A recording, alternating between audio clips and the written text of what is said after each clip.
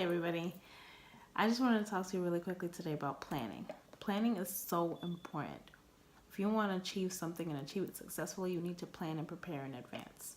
And there's a lot out there on, planning for your life and having a 3-year plan, a 5-year plan, planning and preparing for meals and workouts and things of that nature. But you very rarely hear anybody talk about planning for a crisis or life storms unless you've been in very specific situations that you had to do that. For the most part, we don't hear anybody talking about those things.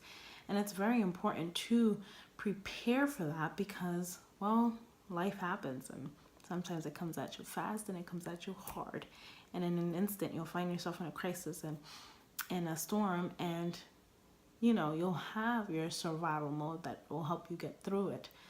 But if you can go through it and grow through it, that's where there's real power, and it is possible. Your plan has to have two things. It needs to have self-care and it needs to have a village. You need to be prepared with a self-care plan for the time during as well as the time after. During a crisis or during a storm, you're only focusing on surviving, on just getting, through it. But when you incorporate self-care, you're protecting yourself mentally and emotionally. And so you want to create a thorough list of self-care things that you can do during a crisis or a life storm, and then create one for after. Because what happens is during that time, you're in survival mode.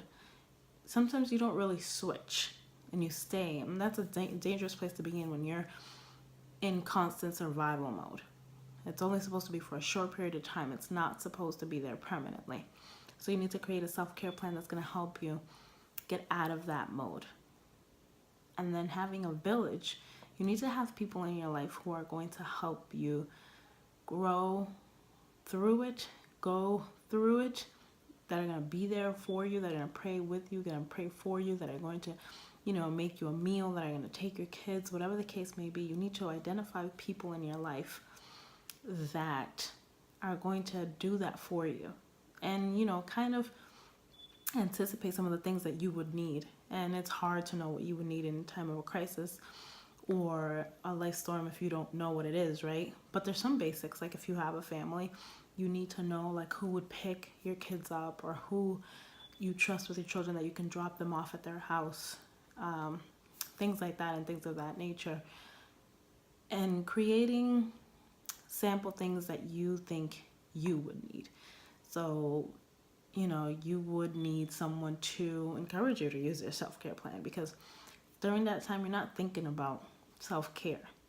But if you inform that to your village, they'll know to remind you to use your self-care plan. So again, 2 self-care plans, one for during, one for after, and then having a village. It's so important. I can't state it enough.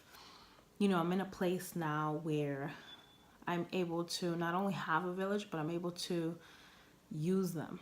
I remember a time in my life when I had a mental illness that I wasn't able to ask for help because I feared being judged or they would talk about me. I actually felt very lonely. I didn't think I had anybody. I mean, I had so many people in my life, but I wasn't able to lean on them and ask for the help and support because I felt so lonely and I felt isolated, which wasn't the case, but that's how I felt. And I wasn't able to use my village. And now I thank God for freedom because I am able to lean and rely on my village. Shout out to my village. Thank you so much, guys. You guys are amazing. They know who they are. I don't have to tag them or anything like that. But my village is amazing. My village knows what I need before I even know what I need. And you need people in your life like that. And that might be an area that some people struggle with that they need to further explore. If you don't have people in your life that are really going to love you and support you through the hard times, you need to readjust and figure some stuff out. So again, let's stop just taking life as it comes. Let's plan and prepare in advance